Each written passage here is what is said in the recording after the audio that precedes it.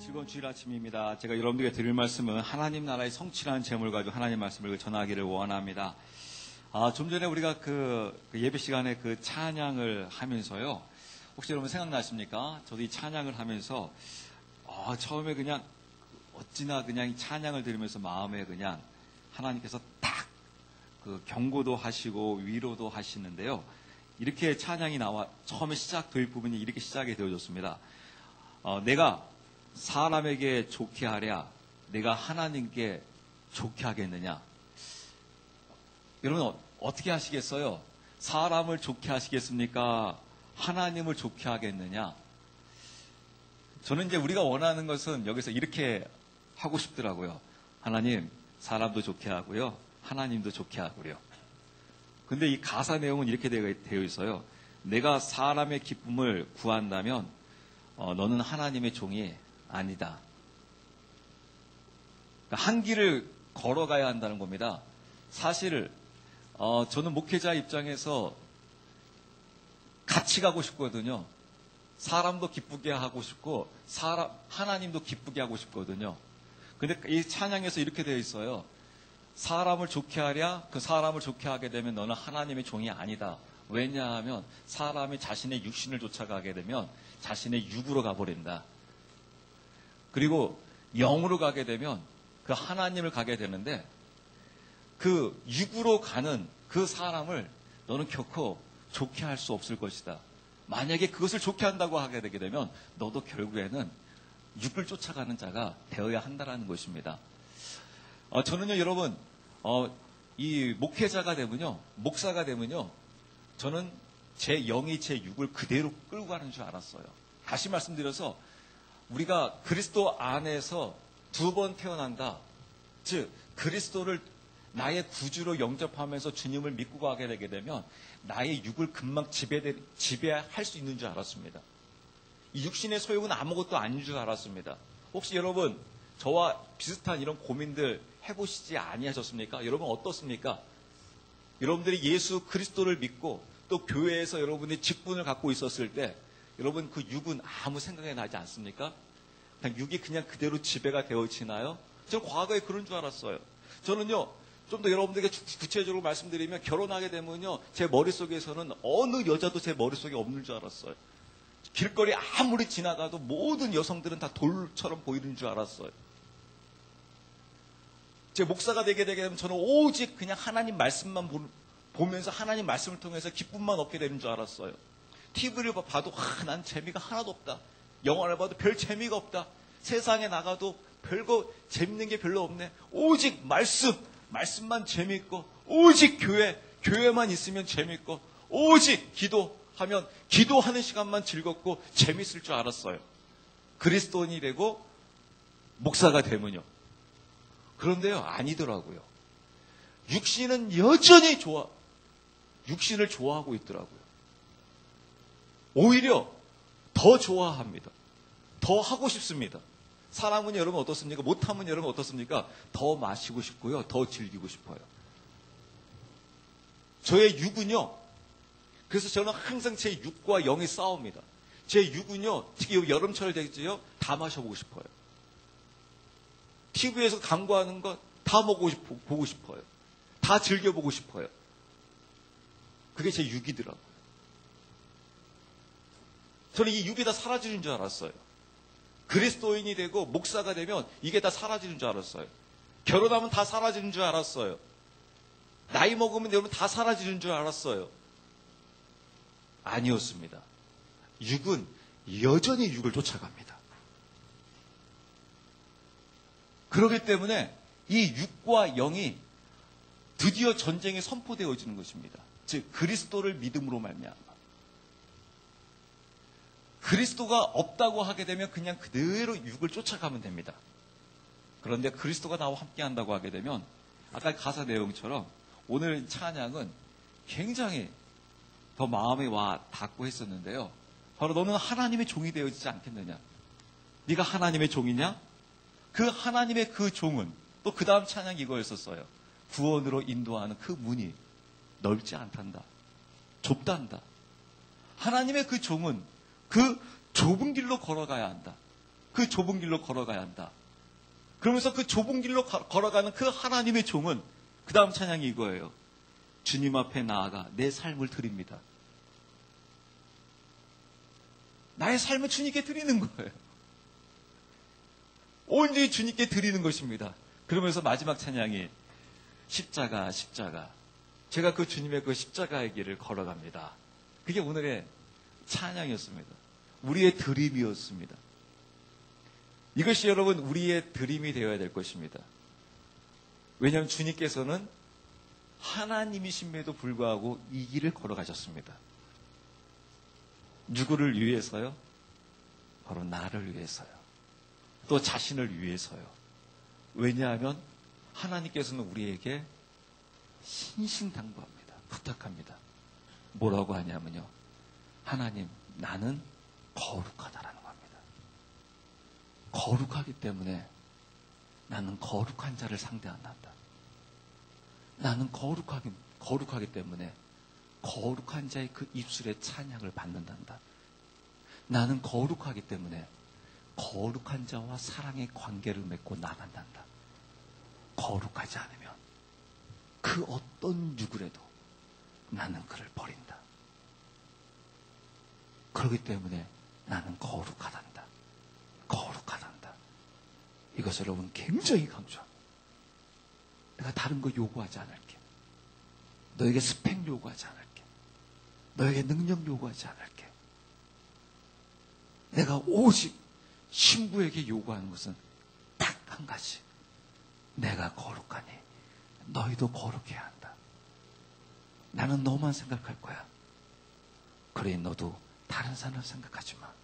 다른 사람 마음에 품지 마. 난 그것만큼은 용납하지 못한단다.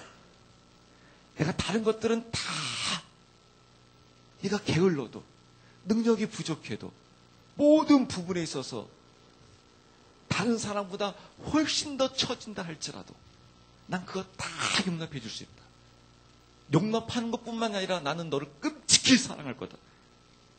그러나 단 하나 용납하지 못하는 것이 있단다. 그것은 네가 다른 사람을 품는 것이란다. 다른 사람 품고 있는 것만큼은 난 그것만큼은 용납하지 않을 것이다.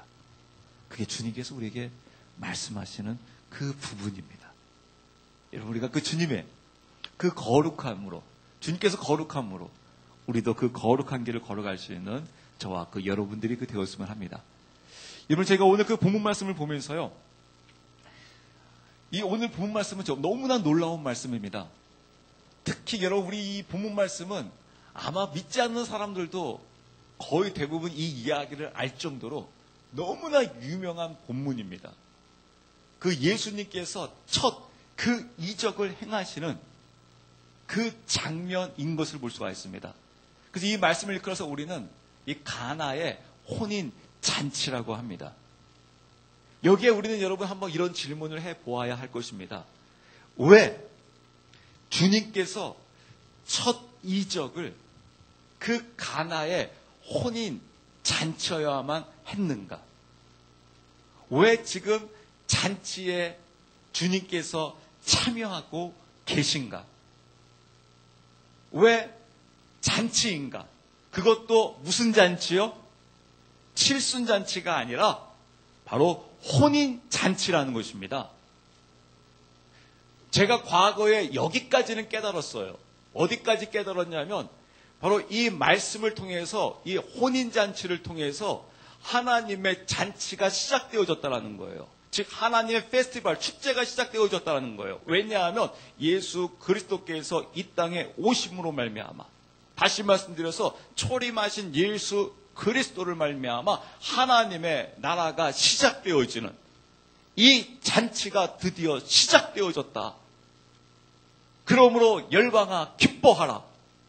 왜냐하면 드디어 그 창세기 3장 그 15절에서 이야기하고 있는 것처럼 여인의 후손이 와서 하나님의 나라를 다시 회복하는 그런 그 잔치가 시작되어졌으므로 지금 주님께서 이 혼인잔치에 참여하고 있다는 이 사실을 여기까지는 제가 발견했었어요.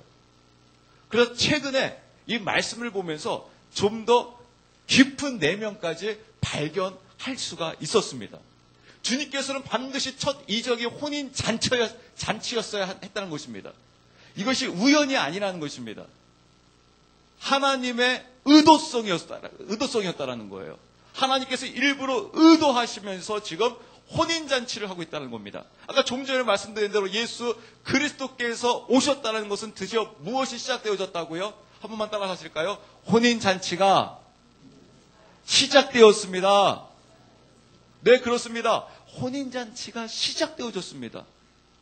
근데 그 잔치가 시작되어졌는데요. 이것이 아직 완벽한 혼인잔치는 아니라는 것입니다.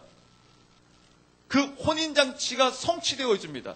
즉, 진짜로 혼인잔치가 이루어집니다. 어떻게 보게 되면 예수 그리스도에 초림하셨다는 것은 그 엄밀히 따지게 되게 되면 그 혼인잔치의 시작점인 정혼이 시작되어졌다는 거예요. 저번 주에 여러분들 말씀드렸죠. 이 정혼은 마치 결혼인 것 같은데 아직 결혼은 아니에요. 마치 우리나라로 하게 되면 약혼식과 같은 거예요. 이 약혼식과 같은 이 정혼이 시작되어졌어요. 누구로 말미암아? 예수 그리스도께서 이 땅에 오심으로 말미암아. 근데 그 정혼이 이 날, 즉 주의 날에 혼인잔치가 이루어집니다. 그 주의 날, 그 혼인잔치가 언제입니까? 재림 예수 그리스도께서 이 땅에 오실 때예요. 이 땅에 그 오실 때 그 혼인잔치가 드디어 성취되어집니다. 이 메시지를 지금 오늘 본문에서 지금 우리에게 말씀해주고 있다는 겁니다.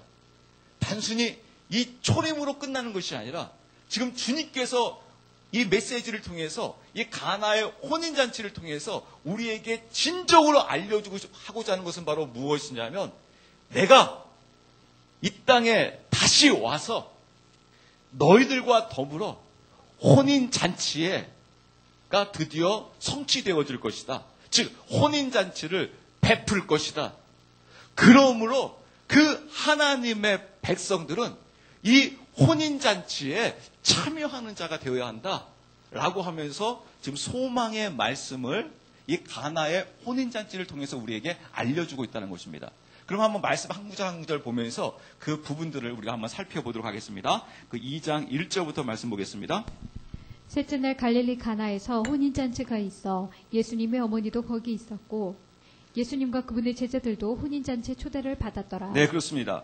그 예수님과 그분의 제자들도 뭐라고 되어 있습니까? 혼인잔치에 초대를 받았다. 드디어 혼인잔치에 들어가게 된 것을 볼 수가 있습니다. 3절 말씀입니다. 그들에게 포도즙이 떨어짐에 예수님의 어머니가 그분께 이르되 그들에게 포도즙이 없다 하니. 네, 여러분 이 장면을 보게 되면 저는요 참 그래서 이 킴 제임스 흠정역 성경을 참 사랑합니다. 이 킴 제임스 성경의 아주 묘미입니다. 이 부분 때문에 우리 많은 기독교에서 공격도 당하고 합리화도 시켰습니다. 많은 사람들이 안 믿는 사람이 이런 말을 굉장히 많이 했어요. 야, 기독교, 야, 예수님께서 첫 이적이 뭐 만든 줄 알아? 물이 변하여 뭐 됐네? 우리 다 어떻게 알고 있어요? 물이 변하여 포도주 됐네. 포도주 됐네. 라고 하면서, 야, 주님께서 술을 만드신 분이야. 술의 시작은 주님으로부터야. 해가지고 여러분 우리가 이 부분들에 대해서 이제 여러 방면으로 다른 부분들로 이렇게 해석하고 막 했었는데 이 킴 제임스 성경의 아주 묘미가 바로 무엇이냐면 지금 어머니가 이야기합니다. 마리아인 어머니가 주님께 이야기를 합니다. 무엇이 떨어졌다고요? 포도즙이 떨어졌다는 겁니다. 포도즙이. 제가 여러분들에게 참고로 이렇게 말씀드릴게요. 여러분 주님께서 그 6월절날 그 주의 만찬을 베푸시잖아요. 여러분 그 주의 그 만찬을 베풀 때 그 주의 만찬 베푼 게 여러분 포도주일까요? 포도즙일까요? 여러분 사실 포도즙입니다. 왜 그런지 아십니까?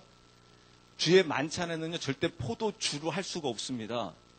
묵은 걸로 할 수가 없습니다. 주님께서 말씀하시죠. 새 것은 어떻게 하라고요?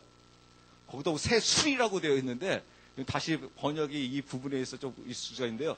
새 것은 새 것에다 담아야 된다는 거예요. 이 묵은 것은 안 됩니다.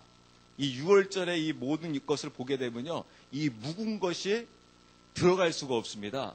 계속해서 아주 신선한, 이 프레시한, 신성하고 신선해야 합니다. 그것이 이 주의 만찬에 쓰여지는 부분들입니다. 그래서 이 주의 만찬에서는요, 포도주가 이런 것이 아니라 포도주는 바로 무엇입니까? 묵은 것을 이야기합니다. 그렇기 때문에 주의 만찬에서 쓰여진 게 바로 무엇이냐면 포도즙이에요. 그러니까 제가 이 킹제임스 성경을 이렇게 계속 살펴보게 되니까 언제 킹제임스 성경에도 포도주라고 표현할 때가 있고 포도즙으로 표현할 때가 있어요. 그래서 언제 포도주로 표현하고 언제 포도즙인가라고 보게 되게 되면 이렇게 그 주의 만찬, 어떤 주의 그 심판, 어떤 이야기들을 해 나갈 때 포도즙이라고 표현하고 있고 사람들이 술에 취했다. 이 취함을 이야기할 때는 포도주로 나옵니다. 그러니까 성경에 포도주로 나오는 부분이 있고 포도즙으로 나오는 부분이 있어요. 이것을 이 킹제임스 성경에서는 구분해주고 있어요. 그러나 다른 성경 같은 경우에는 이것이 이제 구분점이 없고 이제 다 뭐로 나오냐면 포도주로 나오고 있는 것을 볼 수가 있습니다. 근데 여기 제가 볼 때는 이 혼인잔치에서는요, 바로 이 포도즙이 맞습니다. 왜냐하면 이것을 우리가 성경과 주님의 그 혼인잔치를 이렇게 보게 되게 되면 그 혼인 그 잔치, 그 혼인잔치는 묵은 것이, 즉 옛 것이 그 혼인 그 잔치에 들어가는 것이 아니라 혼인잔치에 참여할 수 있는 것은 바로 무엇이겠습니까? 옛 것이 아니라 새 것이라는 거예요. 그래서 그 고린도후서 5장 그 17절에서 말씀하시는 것처럼 옛 것은 지나갔으니 보라 새 것이 되었도다 라는 그런 그 의미입니다. 그래서 만약에 여러분 제 해석이 이것이 만약에 조금 미스가 있다. 만약에 여기서 지금 이 혼인잔치에는 포도주였다. 뭐 그렇게 한다고 하더라도 큰 문제는 없을 것입니다. 근데 진짜 중요한 건 하나가 있어요. 제가 잠시 후에 말씀드리겠지만 그러면 예수님께서 만드신 거는 뭐겠느냐? 만약에 이 해석이 포도즙이 아니라 포도주였어요. 그러나 예수님께서 새로 이제 만드시죠? 새로 만드시는 것은 포도주겠습니까? 포도즙이겠습니까? 제가 그 부분만큼 확신해요. 예수님께서 만드신 건 포도즙입니다. 포도주가 아닙니다. 예수님께서 만드신 것은 포도주가 되려면 시간이 지나야 합니다. 많은 시간이 지나야 합니다. 예수님께서 그 자리에 즉석으로 주고 있는 것은 바로 무엇이냐면 포도즙을 주고 있습니다. 그래서 여러분 예수님께서 만드신 것은 포도주를 만든 게 아닙니다. 예수님은 술을 만드시지 아니하셨습니다. 성경에서는요, don't drink예요. 술 마시지 말라는 거예요. 개역개정에서 술 취하지 말라, 그 번역은 잘못된 번역입니다. 성경에서는 취하지 말라라고 한 적이 없습니다. 마시지 말라라고 되어 있습니다. 성경은. 영어 성경에서도 분명히 되어 있습니다. 마시지 말라. 취하지 말라가 아니라 마시지 말라가 성경의 정확한 번역인 것을 여러분들이 아셔야 합니다. 때로 우리가 이런 부분들을 통해 가지고 성경의 그런 부분들의 조금씩 그 번역의 그 오류로 인해 가지고 그것이 때로는 악용되어지는 그런 부분들이 있는데요. 결코 그렇지 않다라는 것을 우리가 알아야 할 것입니다. 특히 이 킹제임스 성경 같은 경우에는 단어 하나하나를 그대로 번역하려고 그 애쓰고 있는 그 모습들을 보면서 이 말씀을 통해서 알 수 있다는 겁니다. 즉 무엇이 떨어졌냐면 포도즙이 떨어졌다라고 이야기합니다. 그때 이 포도주가 떨어진 거에서 포도즙이 떨어진 거에 대해서 예수님께서 희한한 말씀을 하십니다. 뭐라고 말씀하시는지 4절 말씀을 통해서 보도록 하겠습니다. 예수님께서 그녀에게 이르시되 여자여 내가 당신과 무슨 상관이 있나이까 내 때가 아직 이르지 아니하였나이다 하시거늘. 네. 이 포도즙이 떨어졌다고 하니까 이 가나의 혼인잔치에서 포도즙이 떨어졌다고 하니까 주님께서 뭐라고 말씀하시냐면요. 내 때가 아직 이르지 아니하였다라고 표현을 하십니다. 어떻게 보게 되면 지금 그 마리아가 이야기하고 있는 것과 예수님이 이야기하고 있는 것과 완전히 서로가 그냥 상반된 이야기를 하고 있는 것처럼 보여집니다. 그런데 이 말 속에, 주님의 이 말 속에 굉장히 깊은 의미가 있습니다. 두 가지 의미가 있습니다. 내 때가 아직 이르지 아니하였다라고 분명하게 이야기합니다. 무엇을 가지고요? 혼인잔치에 포도즙이 떨어진 것을 가지고요. 본인은 뭐라고 이야기하냐면 아직 내 때가 이르지 아니했다는 겁니다. 이걸 어떻게 잘못 해석하면 이렇게 해석할 수 있습니다. 주님께서 아직 이적을 베풀 때가 아직 안 됐다고 말씀하시고 있다. 그런데 마리아는 그것도 모르고 아들에게 이적을 베풀려고 한다. 그것은 완전히 잘못된 해석이고요. 여기서 주님께서 가나의 혼인잔치에 포도즙이 떨어진 거에 대해서 본인이 말씀하시는 것은 내 때가 아직 안 됐다라는 거예요. 내 때라는 겁니다. 내 때. 그러니까 여러분 이 가나의 혼인잔치는 지금 누구의 혼인잔치를 지금 이야기하고 있는 거예요. 어떻게 보게 되면 바로 지금 자기 자신, 어떻게 이 우리의 혼인잔치를 지금 이야기하고 있는 것입니다. 그 혼인잔치에 아직 내 때가 아직 안 됐다라는 거예요. 자신의 때가 아직 안 됐다라는 거예요. 어떻게 보게 되면 지금 우리가 말씀을 가만히 자세히 들어보게 되면 마리아도 제3자고 예수 그리스도께서 제3자이신데 주님께서 말씀하시는 것은 내 때가 아직 안 됐다라고 말씀하시는 것으로 보아 이것은 지금 주님께서 제3자로서 말씀하시는 것이 아니라 바로 이 가나의 혼인잔치는 지금 자신의 혼인잔치를 두고 지금 말씀하고 있다는 것을 알 수가 있어요. 그래서 아직 내 때가 아직 안 됐다는 겁니다. 그래서 내 때가 아직 안 됐다. 바로 무엇을 이야기하고 있는 것이겠어요? 무엇을 보고 이야기하고 있는 겁니까? 두 가지로 제가 말씀드렸죠. 하나는 초림, 그 예수 그리스도, 아직 내가 십자가를 짊어질 그 때가 아직 안 됐다라고 제일 첫 번째 그렇게 이야기할 수 있고요. 두 번째는 바로 무엇이냐면 근데 주님께서 다시 이 땅에 오셔야 되는데 그 혼인잔치를 위해서 오셔야 되는데 그 때가 아직 안 됐다라고 하면서 그 두 가지를 토대로 해서 말씀해 주고 계시다라는 것을 알 수가 있어요. 이제 그러면서 이제 그 5절 말씀을 같이 한번 보도록 하겠습니다. 그분의 어머니가 종들에게 이르되 그분께서 너희에게 무엇을 말씀하시든지 그대로 하라 하니라. 네, 그렇습니다. 그때 이제 그 어머니가 그 종들에게 이야기를 합니다. 어떻게 하라고요? 주님께서 말씀하신 대로 그대로 하라. 그대로 순종하면 된다. 거기에 그 어느 토시도 붙이지 말고 과연 그게 가능할까요? 그게 될까요? 전혀 그 어떠한 토시도 붙이지 말고 그대로 해라. 주님께서 하라는 대로 그대로 하라. 이건 바로 이겁니다. 혼인잔치에 참여하는 것은요. 한 번만 따라서 하실래요? 그대로 해야 합니다. 네, 여러분 이게 여러분 굉장히 중요한 장면입니다. 아까 우리가 그 찬양에서도 여러분 나왔다시피 그대로 해야 합니다. 무엇을요? 주님의 말씀대로 그대로 해야 합니다. 우리의 육을 쫓아가면 안 된다는 겁니다, 여러분. 우리의 생각을 쫓아가면 안 된다는 겁니다. 우리의 판단을 쫓아가면 안 된다는 것입니다. 주님의 말씀대로 그대로 해야 합니다. 혼인잔치에 참여하는 자는 누가 혼인잔치에 참여하는 것이냐면 주님의 말씀대로 그대로 순종하는 자예요. 그 주님의 말씀에 그대로 순종해야지만 그 혼인잔치에 참여해서 주님과 더불어서 주님과 함께 그 잔치에 참여하며 기쁨을 누릴 수 있다는 것입니다. 그러니까 주님의 말씀대로 그대로 순종한다는 게 바로 무엇입니까? 이게 바로 주님의 주권을 인정한다는 거예요.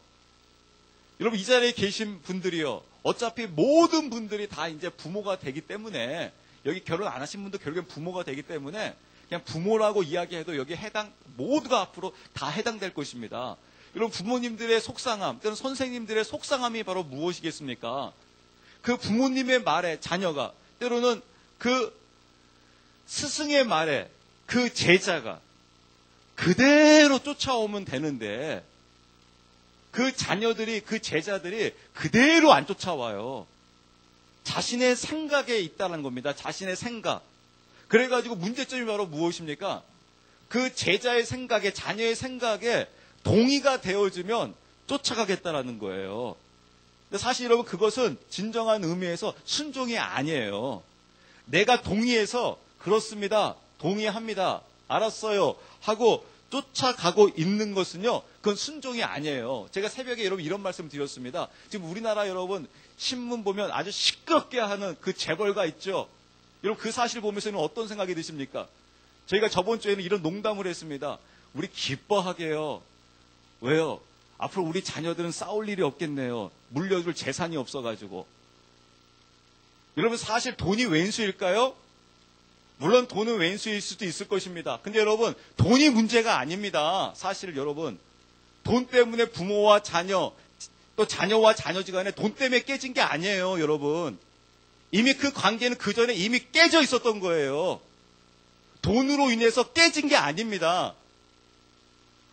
그 돈으로 인해서 결정적으로 깨진 것 뿐이지 이미 그 전에 다 깨져 있었던 거예요. 그럼 제가 여러분들에게 물어볼게요. 제가 뭐 기업의 이름은 이야기하지 않겠습니다. 그 총괄 회장이었던 분, 지금 몇 세까지 총괄 회장을 지내고 있나요? 90세가 넘도록요. 그럼 여러분, 얼마나 그 자녀들이 순종을 잘했겠습니까? 누구 말 한마디에? 부모님 말 한마디에 여러분 얼마나 복종과 얼마나 순종을 잘했겠어요? 90 몇 살까지 여러분 총괄 회장을 할 수 있을 정도인데요. 좀 부럽습니다, 그냥. 그 정도의 능력과 힘을 가지고. 여러분 부모님도 안 부러우세요? 벌써 여러분 우리 자녀들 조금만 크면 싫어요. 아빠가 해요. 엄마가 해요. 아빠가 뭔데요? 엄마가 뭔데요? 하잖아요. 근데 여러분 90세가 될도록 자녀가 한번 이랬다 하더라고요. 어느 계열사의 사장님이 벌써 아드님이 60이 다 돼갑니다. 와, 우리 아들이 50이 넘었어? 그 정도까지 힘을 갖고 있었던 거예요. 근데 여러분 보세요. 얼마나 말 잘 들었겠어요. 이렇게 해라. 너 한국 가서 일해. 너 일본에서 일해. 저기 갔다 와. 여기 갔다 와. 이거 내려놔. 네. 근데 여러분 보세요. 사실 그게 순종일까요? 순종이 아닙니다. 뭔가에 의해서 하고 있는 것, 순종이 아니라는 겁니다. 그게 나중에 결정적으로 결정난다는 거예요. 정말 그것이 순종이었는지 아니었는지 알게 된다는 거예요. 그래서 이 혼인잔치에 참여하는 자는 그대로 하는 자가 참여하게 된다는 거예요. 단순히 내가 그냥 동의해서 그 쫓아가고 있는 것이 그게 순종이 아니라는 거예요. 성경에서 말한 순종은 바로 무엇이냐면요. 십자가 안에서 내가 철저히 죽어졌을 때예요. 이게 순종이에요. 십자가 안에서 내가 철저히 죽어지지 아니한 순종은 성경에서 엄밀히 말하면 순종이 아니라고 합니다. 이 부분이 참 쉽기도 하면서 참 어렵기도 합니다. 그리스도 안에서 내가 철저히 죽어져야 합니다. 철저히 죽어지지 않게 되게 되면 주님의 말씀대로 그대로 할 수 없기 때문에 그렇습니다.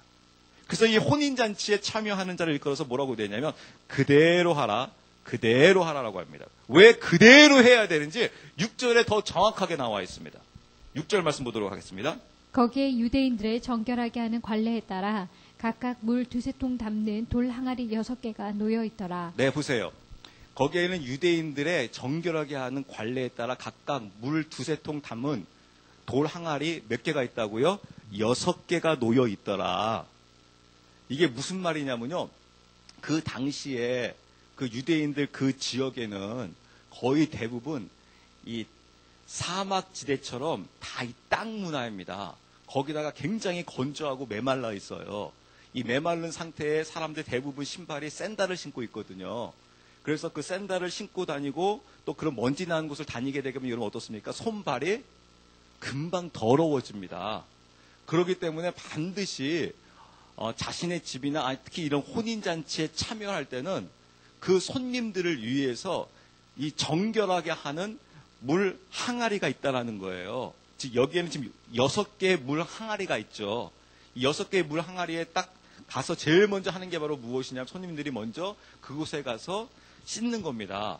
왜냐하면 혼인잔치에 이제 음식을 먹어야 되잖아요. 그 음식을 먹어야 되기 때문에 먼저 이렇게 손을 씻고 그 안에 들어가서 이제 그 혼인잔치에 참여하면서 그런 음식들을 먹는 겁니다. 그래서 그 정결케 하는 그 항아리가 있다라는 거예요. 그러니까 여러분, 그 정결케 하는 그 항아리이지만 지금 이미 그 안에 혼인잔치에 참여하고 있는 손님들이 많이 있는 거죠. 혼인잔치에 많이 참석하고 있으니까 여러분 지금 그 항아리는 지금 어떤 상태예요? 그 상태가 굉장히 더럽죠. 그냥 막 씻고 또 씻고 했기 때문에 그 항아리 자체는 정결하게 하는 그 항아리 자체는 너무 더럽다라는 거예요. 제가 아까 그 5절과 여러분 연결되어진다고 말씀드렸죠. 그대로 하라. 근데 그 그대로 하라에 지금 어떻게 보게 되면 그 종들이 그대로 순종하기에는 도저히 머릿속으로 이해할 수 없는 장면이 지금 나오고 있는 것입니다. 왜냐하면 그 정결케 하고 있는 그 항아리를 지금 어떻게 하라고 주님께서 말씀하시냐면 7절 말씀과 같이 보면서 여러분들 설명해 드릴게요. 7절. 예수님께서 그들에게 이르시되 물 항아리들의 물을 채우라 하신즉 그들이 아기까지 그것들을 채우니. 네, 그렇습니다. 어디다가 채우라고요? 그 정결케 하는 곳에다가 채우라는 거예요. 혹시 여러분 이렇게 하면 좀 의문점이 들지 않습니까? 주님께서 채우라고 하게 되면 굳이 그냥 저기다 채우라고 하면 되잖아요. 어디다 채우라고 하면 됩니까? 그 포도즙이 됐건 포도주가 됐건 그 포도즙을 담았던 그 항아리에다가 그냥 채우면 되는 거잖아요. 근데 어디다 채우라고 되어 있습니까? 그 정결케 하는 항아리에다 채우라는 거예요. 근데 여러분 그 종들의 눈으로 볼 때 여러분 어떤 곳이에요? 다 꾸정물에다 채우라는 겁니다. 또 나중에 그 말씀 보면 알겠지만은 그 꾸정물을 또 어떻게 하라는 거예요? 이거를 갖다 주어라. 그러니까 종의 입장에서는 말도 안 되는 거예요. 이게 여러분 되겠습니까? 이게 지금 어디에 어느 자리입니까? 혼인잔치예요. 혼인잔치에 여러분 종이 그것을 갖다 줬다가 그게 진짜 꾸정물이었다. 그럼 여러분 종은 그 자리에서 여러분 지금의 종의 개념이 아닙니다. 지금 알바하면서 혼인잔치가 있어요. 우리 전남대 학생들, 조순대 학생들 와서 좀 알바하세요. 뭐 1시간에 2만 원씩이에요. 그 알바생이 아닙니다, 여러분. 여기서 종은요. 그 꾸정물 갖다 줬다가 만약에 사람들이 이게 뭐냐라고 했을 경우 그 주인이요 그 종을 당장 죽여버려요. 그 당시에 종은요 사람 취급도 받지 못하는 종입니다. 주인이 마음대로 죽였다 살렸다 마음대로 할 수 있는 상황입니다. 근데 그 혼인잔치에 주인이 너무나도 중요하게 여기고 있는 그 혼인잔치에 거기서 만약 이게 변해야 되는데 안 변해 있고 그냥 그 꾸정물을 그대로 갖다 주었다가는 그 자리에서 쫓겨나가서 그 자리에서 죽습니다. 알바생을 단순히 하루 일당 5만 원 못 받는 게 아닙니다. 자기 목숨이 지금 달랑달랑 할 수 있는 상황입니다. 근데 그것을 놓고 지금 그대로 하라는 것입니다. 그 부분가요. 또 우리가 하나 우리가 유심히 봐야 될 것은 바로 무엇이냐면 주님께서 어디에다 담으라고요? 정결케 했던 그 통에다 담으라는 거예요. 전 여기에 굉장히 이 말씀이 깊이 다가오더라고요. 주님께서 다른 데 담으라고 하는 것이 아니라 그 포도즙을 어디다 담게 하고 있냐면 정결케 하는 그 통에다 담게 하고 있다는 겁니다. 주님이 중요하게 여기시는 게 바로 이 부분이라는 겁니다. 혼인잔치에 지금 참여되어지는 그 포도 그 즙이 바로 무엇이냐? 바로 정결케 하는 통이라는 겁니다. 다른 통이 아니라는 겁니다. 정결해지는 통이라는 겁니다. 아까 좀 전에 말씀드린 대로 그것은 마치 지금 꾸정물입니다. 그 꾸정물. 여러분 우리가 보기에는 어떻습니까? 더럽습니다. 근데 여러분 보세요. 그 꾸정물이 바로 무엇입니까? 누구의 손을 닦은 것입니까? 자신들의 손을 닦은 것입니다. 너무너무 더럽습니다. 여러분 이게 바로 무엇입니까? 성경에서 이야기하고 있는 것입니다. 너희가 구원의 길을 가는데 그 구원의 길이 바로 무엇이냐? 회개에 합당한 열매를 맺어라. 여러분, 이 회개에 합당한 열매라는 것이 사실 여러분, 우리의 입장에서는 기적 같은 것인데 제3자 입장에서는 사실 더러운 것입니다. 나의 회개에 합당한 열매가 사실 여러분 얼마나 더러운 것입니까? 그렇죠? 개인적으로 사실 여러분 굉장히 더러운 것입니다. 이게 여러분 그 무화과 나무의 그 비유, 제가 여러분 종종 말씀드린 무화과 나무의 비유입니다. 주님께서 4월에 가셔가지고 그 무화과 나무에 열매가 없게 되자 그 무화과 나무를 저주해서 죽여버렸습니다. 왜 그렇습니까? 무화과 나무의 본 열매는 7, 8월에 열리는 것입니다. 7, 8월에 아름다운 열매가 맺히고 먹을 수 있는 열매가 맺힙니다. 근데 문제는 바로 무엇이냐면 반드시 이 4월에 먹을 수 없는, 정말 보잘것없는 이 4월에 열매가 맺혀져야 합니다. 이 먹을 수 없는 열매가 맺혀지지 않게 되게 되면 나중에 7, 8월이 돼도 본 열매를 맺을 수가 없습니다. 반드시 4월에 이 보잘것없는 열매가 맺어져야 합니다. 근데 그 주님께서 4월에 가시자 그 무화과 나무에 열매가 없었습니다. 즉 보잘것없는 그 먹을 수 없는 열매가 반드시 열려 있어야 되는데, 다시 말씀드려서 회개에 합당한 열매가 반드시 열려야 되는데 맺혀야지 이제 무엇이 열린다고요? 나중에 성령의 열매가 맺을 수 있습니다. 주님께서는 그 성령의 그 열매가 있느냐 없느냐로 그걸 평가하십니다. 우리의 입으로 아무리 주여 주여 제가 주님의 이름으로 귀신을 쫓아내고 주님의 이름으로 병을 고치고 주님의 이름으로 선지자노릇 했습니다 라고 아무리 고백한다 할지라도 너에게 정말 열매가 있느냐? 무슨 열매를 이야기하고 있는 것입니까? 성령의 열매가 있느냐? 근데 그 성령의 열매는 반드시 1차적으로 무슨 열매가 맺혀져야 합니까? 회개에 합당한 열매가 맺어져야 합니다. 여러분 그렇습니다. 새 포도즙은 어디에 들어가냐면요. 어떻게 보면 새 포도즙은 지금 성령의 열매를 이야기하는 부분과 같습니다. 즉 혼인잔치에 다시 주님이 재림하실 그 부분을 이야기합니다. 근데 그 주님의 그 재림, 그 포도즙이, 새 포도즙이 지금 어디에 담기고 있냐면 정결케 하고 있는 그 더러운 통에 담기고 있다는 겁니다. 회개에 합당한 열매에 담기고 있다는 겁니다. 우리는 이 말씀에 여기에 굉장히 유심히 봐야 합니다. 주님께서는 다른 통에 담게 하지 아니하셨습니다. 정결케 하는 통에다 담게 하셨습니다. 우리가 볼 때에는 와! 어우 더러워! 종들이 볼 때도 아이고 더러워! 근데 주님은요 그것을 가장 깨끗하게 본다는 겁니다. 그게 여러분 성막과 성전의 비밀입니다. 여러분 성막과 성전 보게 되면요 그 번제단에서 태워지는 그 냄새, 그 피비린 냄새가 얼마나 지독한지 모릅니다. 그 죄인들이 태워지고 있는 그 피비린 냄새가 가득합니다. 근데 그것을 주님께서는 성경에서 뭐라고 되어 있냐면 향기로운 냄새라고 합니다. 주님은 그것을 향기로운 냄새로 봅니다. 우리는 무엇을 향기로운 냄새로 봅니까?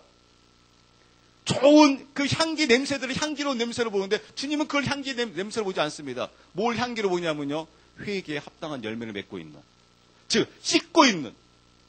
우리가 볼 때는 주님 더럽잖아요. 그러나 이게 좋다. 씻고 있는 이 항아리가 좋다. 아, 주님 이렇게 더러운데 왜 여기다 왜 포도즙을 담으려고 하십니까? 나는 이 정결케 하는 곳에 담을 것이다. 다른 곳에는 담지 않는다. 정결케 하는 곳에 담고 있는 것을 볼 수가 있습니다. 그러면서 말씀 빨리 볼게요. 그 다음 말씀 볼게요. 그분께서 그들에게 이르시되 이제는 떠서 잔치를 맡은 자에게 가져다 주라 하시매 그들이 그것을 가져다 주었더니 네, 가져다 줍니다. 순종하면 갖다 줍니다. 9절 말씀. 잔치를 주관하는 자는 포도즙이 된 물을 맛보고 그것이 어디서 났는지 알지 못하되 그 물을 떠온 종들은 알더라. 잔치를 맡은 자가 신랑을 불러 그에게 이르되 네, 신랑을 불러 이야기합니다. 10절 말씀. 모든 사람이 처음에 좋은 포도즙을 내고 사람들이 충분히 마신 뒤에 덜 좋은 것을 내거늘 그대는 지금까지 좋은 포도즙을 남겨두었도다 하니라. 와, 여기에 이제 말씀을 제가 이제 마무리하겠는데요. 여기서 기가 막힌 말이 나옵니다. 지금 뭐라고 되어 있습니까? 원래 처음에 잔치할 때도 여러분 좋은 거 써요, 나쁜 거 써요. 처음에 좋은 거 쓰잖아요. 최고로 좋은 거 쓰지 않겠습니까? 그리고 이제 보통 일반적으로는 이제 그 다음에 좀 질이 떨어지는 것을 쓰고 있는데 이상하게 이 혼인잔치는 처음 거도 최상품이었는데 그 다음 나오는 거는 뭐예요? 더 최상급 A 플러스 막 그냥 더 최상품이 나온다라는 거예요. 이게 어찌된 일이냐? 이런 잔치는 본 적이 없다. 처음 것도 좋았는데 나중 거는 더 더 좋으네. 여러분 제가 이제 이 말씀을 쫙 이어오면서 여러분 이제 좀 답을 찾으셨습니까? 왜 지금 이 부분이 왜 나오고 있을까요? 주님께서 지금 이 부분을 지금 우리에게 말씀해주고 있어요. 주님의 초림 너무 좋다. 예수 그리스도께서 이 땅에 2000년 전에 오심으로 말미암아 우리의 죄를 씻겨주시는 그 구원의 그 축복, 와 너무 좋아요. 근데 주님께서 말씀하시는 거예요. 이거 너무 좋지. 내 주님 너무 좋아요. 그런데 더 좋은 게 있단다. 뭐가 주님 더 좋은데요? 내가 다시 이제 혼인잔치로 이거를 성취하러 올 거야. 너 지금 나하고 정혼만 했었어도 너무 좋잖아. 네, 주님과 정혼만 해도 너무너무 좋아요. 그런데 이 정혼으로 끝나는 게 아니야. 이제 너랑 나랑 결혼할 거야. 그래서 내가 이 땅에 다시 올 것이다. 그 다시 오는 그 기쁨이 어느 정도인지 아니? 너무 좋아. 기가 막힐 거야. 그래서 이 부분에 대해서 내가 다시 올 거니까 이 부분에 소망을 가져라. 얼마나 멋진 것을 지금 주고 있는지 이 사실을 우리에게 지금 어떻게 하고 있습니까? 이 사실 비밀을 알려주고 있는 것입니다. 무엇을 통해서요? 가나의 혼인잔치를 통해서. 아니라 다를까요? 이 요한복음 보게 되면 기가 막힌 게 바로 무엇이 요한이 하나님의 마음을 너무나 잘 알고 있는데요. 그 다음 말씀들을 쫙 보게 되면요. 예수님이 그 다음에 바로 무슨 사건이 이루어지게 되면요. 6월절 날 그 성전 청결 작업을 하시면서 그 주님의 그 십자가 사건이 그려지고 있습니다. 이 가나 혼인잔치 그 이후에 그 말씀을 전개해 나가는 것이 바로 예수 그리스도의 6월절 사건이에요. 그리고 성전 청결 사건이에요. 그러면서 십자가 사건이에요. 얼마나 이 요한복음을 보게 되면 기가 막히다는 것을 알 수가 있어요. 그래서 아마 이 요한에게 마지막에 계시록까지 주님께서 그 말씀하고 그 있는 것을 볼 수가 있습니다. 그러면 여러분 그렇습니다. 여러분 우리가 예수 그리스도의 그 재림으로 말미암아 초림으로 말미암아 구원을 얻었습니다. 그 생명의 길을 걸어가게 되었습니다. 그 주님과 정혼한 상태가 되어졌습니다. 너무너무 신바람하고 너무너무 재미있습니다. 그 정혼의 그 상태에서 우린 계속해서 아까 좀 전에 말씀드린 대로 물 항아리에서 계속해서 그 더러운 것을 씻듯이 우린 계속해서 거기에 씻어갈 것입니다. 나에 계속해서 씻어갈 것입니다. 어떻게 다른 삼자가 볼 때는 어떻게 보게 되면 별로 깨끗하게 보이지 아니할 수도 있을 것입니다. 그러나 우리는 계속해서 내 자신의 그 회개에 합당한 열매들을 맺어 나가는 것입니다. 그때 그 회개에 합당한 열매를 맺어 나가는 그 신부에게 주님께서 새 포도즙을 담아주며 그 신랑이신 주님께서 이 땅에 오신다는 것입니다. 이 땅에 오시는 그 주님을 여러분들이 소망하면서 그 혼인잔치에 참여하는 그 기쁨을 누릴 것을 여러분 기뻐하면서 하나님의 나라는 소망을 가지시면서 오늘 하루하루를 이기는 자로 승리자로 나갈 수 있는 저와 여러분들이 되었으면 합니다. 기도합니다.